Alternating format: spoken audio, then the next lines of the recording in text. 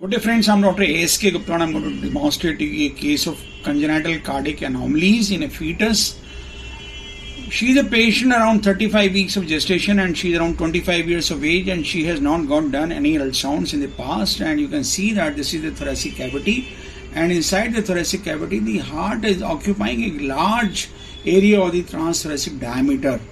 This is likely to be a cyst, but this cyst is contracting and it has a blood flow also in it, so it is quite likely that this is a part of the heart. Let us see the heart in detail.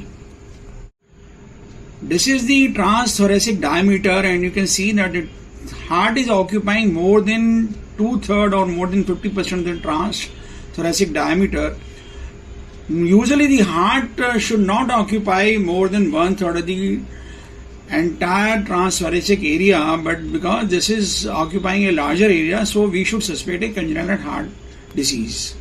This is the right atrium, this is the right ventricle over here, this is the left ventricle over here, and this is the left atrium, and this is the aorta in between. So we have seen 5 structures. Try to show you same in the marked so you can understand better. This is the right atrium, this is the left atrium, this is the left ventricle, and this is the right ventricle, and this in the center is the aorta. And this is the another view of the heart. You can see the aortic valve over here. This is the left ventricular outflow tract, and this is the right ventricle, this is the left atrium. This is the right ventricular outflow tract, clearly shown. It is the pulmonary trunk seems to be divided into 2 pulmonary arteries. If I try to go into the details, I find that this is the left ventricle, and the left ventricle appears to be normal, and the left mitral valve is also normal. This is the aorta, which is originating from the left side of the heart, and this is the right ventricular outflow tract, which is originating from the right side of the heart, and this is most probably the pulmonary trunk because it is divided into 2 parts.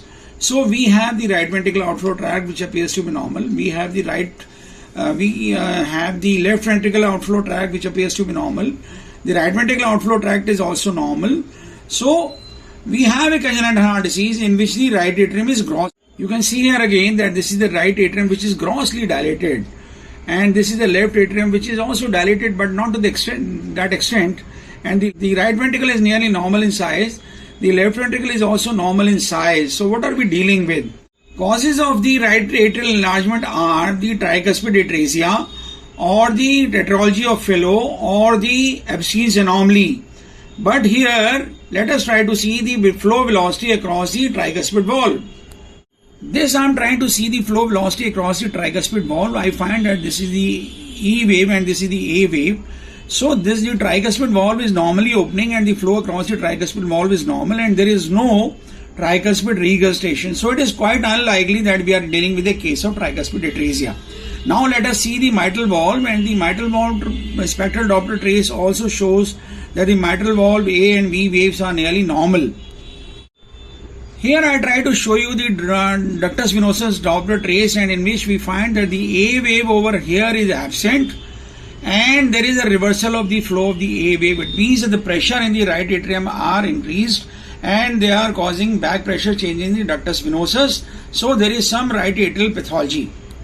So we have ruled out the tricuspid atresia, and does not appear to be tetralogy of Fallot because the pulmonary artery appears to be normal and there is no overriding the aorta, and the aorta appears to be normal.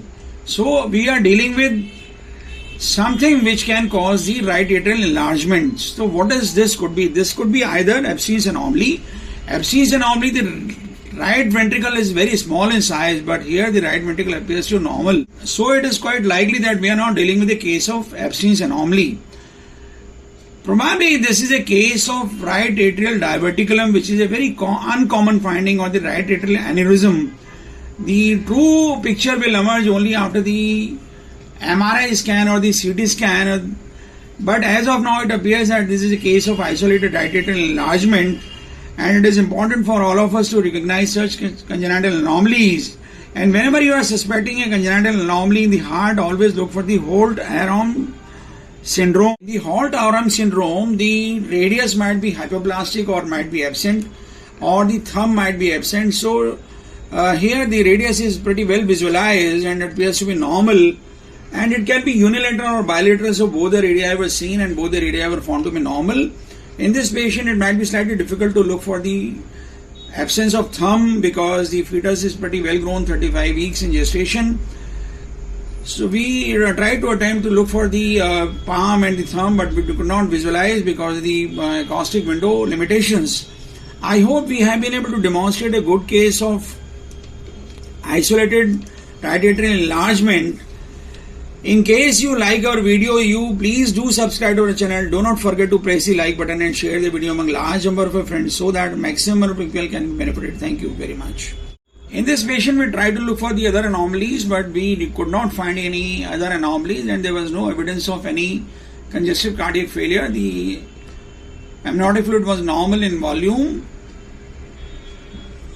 This I'm trying to show you the color Doppler trace of the same patient, and you can find there is no intraventricular or shunt, and this is the aorta which is filling normally, and this is the right ventricular outflow tract which is divided into two parts.